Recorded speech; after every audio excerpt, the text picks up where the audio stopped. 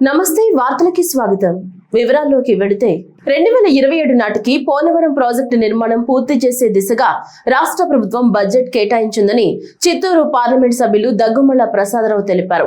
Chittoor Telugu Desam party కార్యాలయంలో జరిగిన విలేకరుల సమావేశంలో ఆయన మాట్లాడుతూ ఇటీవల రాష్ట్ర ప్రభుత్వం ప్రకటించిన బడ్జెట్ లో భారీ నీటి ప్రాజెక్టులకు అధిక ప్రాధాన్యత ఇచ్చారని, దీనివల్ల రాయలసీమ రైతాంగానికి ఎంతో మేలు జరుగుతుందన్నారు.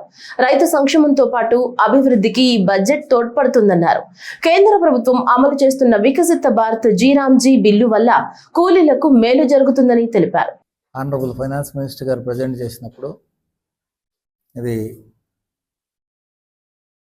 రాష్ట్రంలో ఈ సంవత్సరం బడ్జెటే కాకుండా నెక్స్ట్ 5 years ఆ నెక్స్ట్ 2047ని దృష్టిలో పెట్టుకొని ఏర్పాటు చేసిన బడ్జెట్. ఈ సంవత్సరం మనం మొత్తం అవుట్లేనే 3,32,205 కోట్ల రూపాయల బడ్జెట్ చేసుకున్నాం. అందుకు తెలుసు 14 నుంచి 19 నుంచి 24 వరకు మనం 150-180 లోపలే ఉన్నాం. లాస్ట్ ఇయరే మనం 2,50,000 కోట్లు దాటాం. ఈసారి 3,32,000 కోట్లు దాటేసాం. సో రైతుల పట్ల ప్రభుత్వానికి ఉన్న కమిట్మెంట్ అన్నమాట.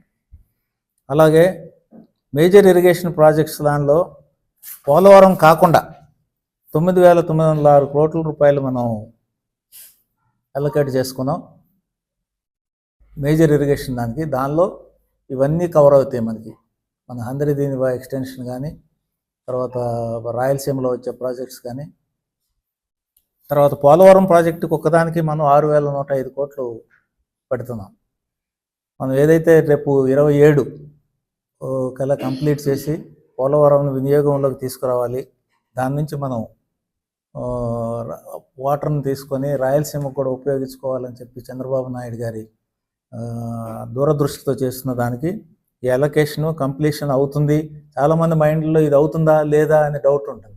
ఎందుకని అలొకేషన్ కూడా క్లియర్గా కనపడుతుంది. 6,105 కోట్లు ఈ సంవత్సరం దానికి అలొకేషన్ ఇచ్చారన్నమాట. ఇప్పుడు ఈ నరేగా స్కీమ్ని వికసిత్ భారత్ జీరామ్జీ అని మార్చే పేరు తప్పించి దానిలో ఉన్న నష్టాలు అయితే ఏమీ లేవు. మరి షర్మిల గారు సరిగా ఆ బిల్లు చదివారో లేదో నాకు తెలియదు. ఆ బిల్లు మీద నేను మాట్లాడాను కాబట్టి నాకు అంత డీటెయిల్గా తెలుసు. దానిలో ఏంటంటే మీరు అన్న లేబర్ పేమెంట్ 6 నెలలుగా ఇవ్వలేదని అన్నది కరెక్ట్ కాదు.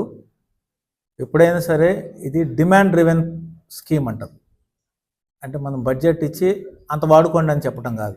మీరు ఎంత పని చేయిస్తే అంత బడ్జెట్ క్లెయిమ్ చేయండి, మేము ఇస్తామంటారు. దాన్ని డిమాండ్ డ్రివెన్.